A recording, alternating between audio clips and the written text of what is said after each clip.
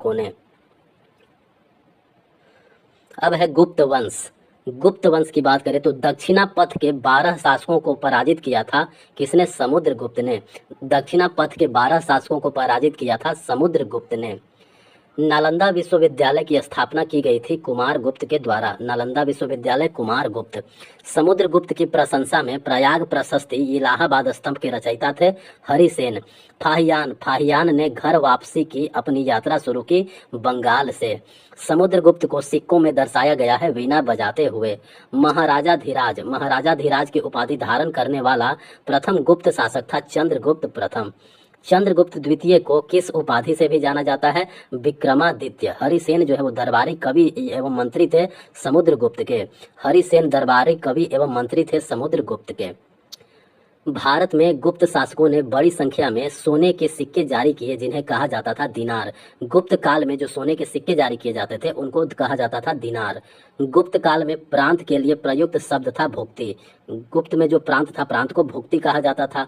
गुप्त वंश का प्रथम शासक था श्रीगुप्त और गुप्त वंश का अंतिम शासक था विष्णुगुप्त। इलाहाबाद प्रशस्ति में वर्णित भगवानों के नाम है वरुण, अंतक, इंद्र, कुबेर। वरुण, अंतक, इंद्र, कुबेर। वह शिलालेख जिसमें समुद्रगुप्त को देवताओं के समकक्ष बताया गया है इलाहाबाद प्रशस्ति। गुप्त शासक जिसने लिच्छवी राजकुमारी से विवाह किया चंद्रगुप्त प्रथम। चंद्रगुप्त प्रथम ने लिच्छवी राजकुमारी से विवाह किया था। वाकाटक वंश का संबंध है चंद्रगुप्त द्वितीय से। वाकाटक वंश का संबंध है चंद्रगुप्त द्वितीय से। सती प्रथा का पहला शिलालेखीय उदाहरण मिलता है गुप्त काल में। प्रयाग प्रशस्ति के नाम से जाना जाता है इलाहाबाद स्तंभ शिलालेख। गुप्त साम्राज्य का प्रसिद्ध स्रोत है प्रयाग प्रशस्ति। गुप्त युग को प्रारंभ करने का श्रेय दिया जाता है चंद्रगुप्त प्रथम को। चंद्रगुप्त प्रथम ने ही गुप्त वंश को शुरू किया। अमर सिंह किसके दरबार के दिग्गजों में से एक थे? चंद्रगुप्त द्वितीय। चंद्रगुप्त द्वितीय के दरबारी थे कौन? अमर सिंह। चंडी शतक के लेखक बाण भट्ट किसके दरबारी थे? हर्षवर्धन। हर्षवर्धन के दरबारी बाण भट्ट ने लिखा है चंडी शतक। चंद्रगुप्त ने भव्य उपाधि धारण की थी महाराजा धीराज की। चंद्रगुप्त ने भव्य उपाधि धारण की थी महाराजा धीराज की। चंद्रगुप्त द्वितीय के दरबारी वेताल भट्ट ने लिखा था मंत्र शास्त्र। कुमारगुप्त प्रथम का पुत्र एवं उत्तराधिकारी था चंद्रगुप्त द्वितीय। समुद्रगुप्त को उसके सिक्कों पर दर्शाया गया था वीणा वादक के रूप में। चंद्रगुप्त द्वितीय ने उपाधि धारण किया था विक्रमादित्य का। गुप्त शासक चंद्रगुप्त प्रथम उत्तराधिकारी बना घटोत्कच का। घटोत्कच का उत्तराधिकारी कौन बना था? चंद्रगुप्त प्रथम।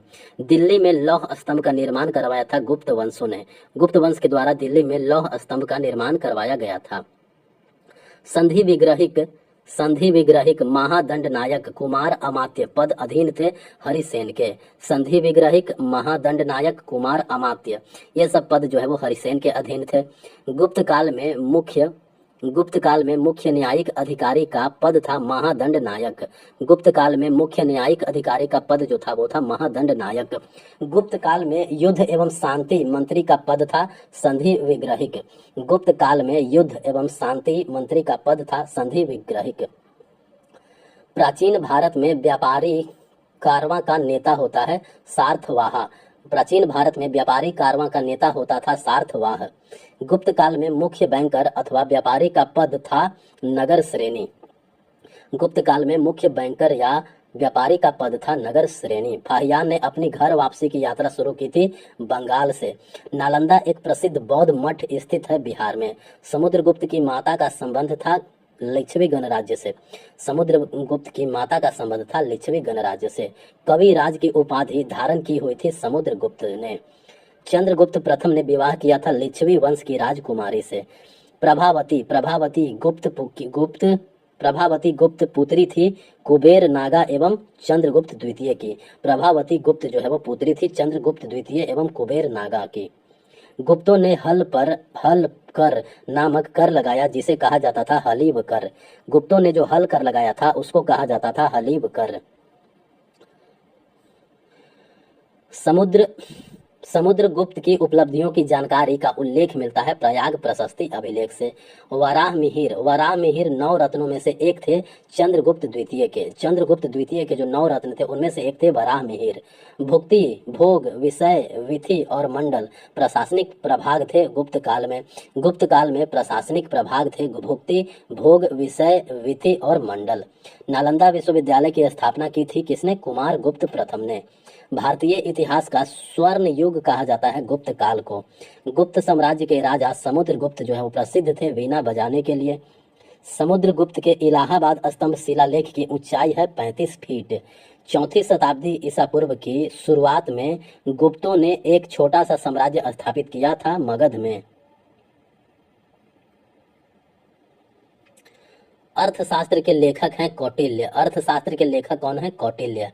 आर्यभट्ट को सबसे महान खगोलविदों में से एक माना जाता है गुप्त काल के दौरान। आर्यभट्ट को सबसे महान खगोलविदों में से एक माना जाता है गुप्त काल के दौरान।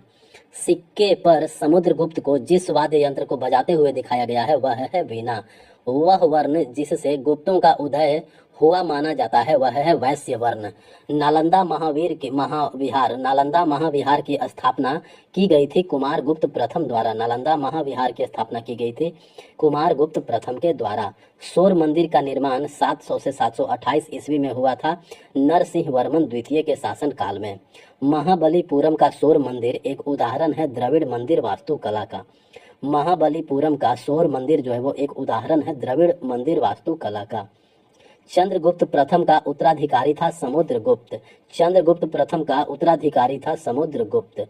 भारत का नेपोलियन कहा जाता था समुद्रगुप्त को। भारत का नेपोलियन कहा जाता था समुद्रगुप्त को। गुप्त वंश का प्रथम शासक जिसने महाराजाधिराज की उपाधि धारण की थी वो थे चंद्रगुप्त प्रथम। गुप्त वंश का प्रथम शासक जिसने महाराजाधिराज की उपाधि धारण की थी वो थे चंद्रगुप्त प्रथम। नालंदा विश्वविद्यालय के संस्थापक तो थे कौन? कुमार गुप्त प्रथम। प्रयाग प्रशस्ति की रचना की गई थी कौन से भाषा में? संस्कृत भाषा में। कालिदास का नाटक अभिज्ञान शकुंतलम शकुंतला और किस राजा के बीच की प्रेम कहानी है? दुष्यंत। शकुंतला और राजा दुष्यंत के बीच का प्रेम कहानी है अभिज्ञान शकुंतलम जिसको कालिदास ने लिखा है। रुद्रदामन के जूनागढ़ अभिलेख में एक झील की मरम्मत का उल्लेख है जिसका नाम है सुदर्शन झील। रुद्रदामन का जूनागढ़ अभिलेख जो है उसमें सुदर्शन झील के मरम्मत का उल्लेख है। हरिसेन दरबारी कवि था समुद्रगुप्त के। बिहार के सुल्तानगंज में खोजी गई गौतम बुद्ध की विशाल प्रतिमा गुप्त काल की है। मृच्छकटिका विनवास दत्ता पद्म प्रभृत का संस्कृत नाटक लिखे गए थे शूद्रक के द्वारा। मृच्छकटिका किसने लिखा है? शूद्रक ने। विनवास वदता शूद्रक ने लिखा है। पद्म प्रभृतिका शूद्रक ने लिखा है। हिंदू वास्तुकला के नाम से प्रसिद्ध भीतरगांव मंदिर स्थित है उत्तर प्रदेश के कानपुर में। भीतरगांव मंदिर जो है वो स्थित है उत्तर प्रदेश के कानपुर में। 7वीं शताब्दी के दौरान राजस्व व्यवस्था के संदर्भ में सामंत शब्द का अर्थ था अधीनस्थ शासक। कुतुब मीनार परिसर में बने लौह स्तंभ की स्थापना की गई थी चंद्रगुप्त द्वितीय के द्वारा। कुतुब मीनार परिसर में बने लौह स्तंभ की स्थापना की गई थी चंद्रगुप्त द्वितीय के द्वारा। समुद्रगुप्त के उत्तराधिकारी चंद्रगुप्त द्वितीय को जाना जाता है विक्रमादित्य के नाम से। समुद्रगुप्त के उत्तराधिकारी चंद्रगुप्त द्वितीय को जाना जाता है विक्रमादित्य के नाम से। भारतीय इतिहास का स्वर्ण काल कहा जाता है गुप्त काल को। भारतीय इतिहास का स्वर्ण काल कहा जाता है गुप्त काल को। लिच्छवी नरेश की पुत्री कुमार देवी का विवाह हुआ था चंद्रगुप्त प्रथम से। लिच्छवी नरेश कुमार की पुत्री कुमार देवी का विवाह हुआ था चंद्रगुप्त प्रथम से। वर रुचि छपनक कालिदास दरबारी नवरत्नों में से थे विक्रमादित्य के दरबारी थे वर रुचि छपनक कालिदास। मेघदूत अभिज्ञान शाकुंतलम मालविकाग्निमित्र प्रसिद्ध रचनाएं हैं कालिदास की। विक्रमोर्वशी रघुवंश कुमार संभवम की रचना की है कालिदास ने। विक्रमोर्वशी की रचना कालिदास ने किया है। रघुवंश की रचना कालिदास, कुमार संभव की रचना कालिदास ने किया है। समुद्रगुप्त के इलाहाबाद स्तंभ शिलालेख की रचना किया है हरिसेन ने। समुद्रगुप्त के इलाहाबाद स्तंभ शिलालेख लिखे गए हैं संस्कृत भाषा में। बृहजातक, बृहत संहिता और पंच सिद्धांतिका प्रसिद्ध कृतियां हैं वराह मिहिर की। बृहजातक, बृहत संहिता और पंच सिद्धांतिका प्रसिद्ध कृतियां हैं वराह मिहिर की। वराह मिहिर किसके दरबार में नवरत्नों में से एक थे? चंद्रगुप्त द्वितीय के। वराह मिहिर किसके दरबार में नवरत्नों में से एक थे? चंद्रगुप्त द्वितीय के। नालंदा महाविहार की स्थापना की गई थी कुमार गुप्त प्रथम द्वारा। नालंदा महाविहार की स्थापना की गई थी कुमार गुप्त प्रथम के द्वारा।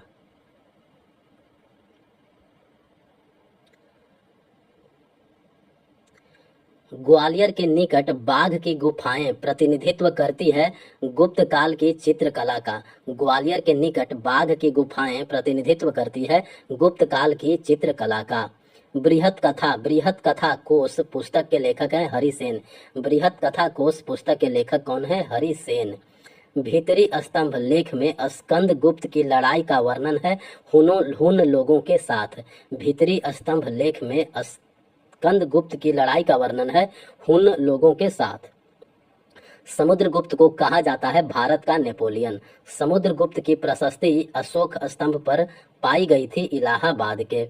गया में एक बौद्ध मंदिर बनाने के लिए श्रीलंका के शासक मेघवर्मन ने एक मिशनरी को भेजा था समुद्रगुप्त के पास। गया में एक बौद्ध मंदिर बनाने के लिए श्रीलंका के शासक मेघवर्मन ने एक मिशनरी भेजा था समुद्रगुप्त के पास।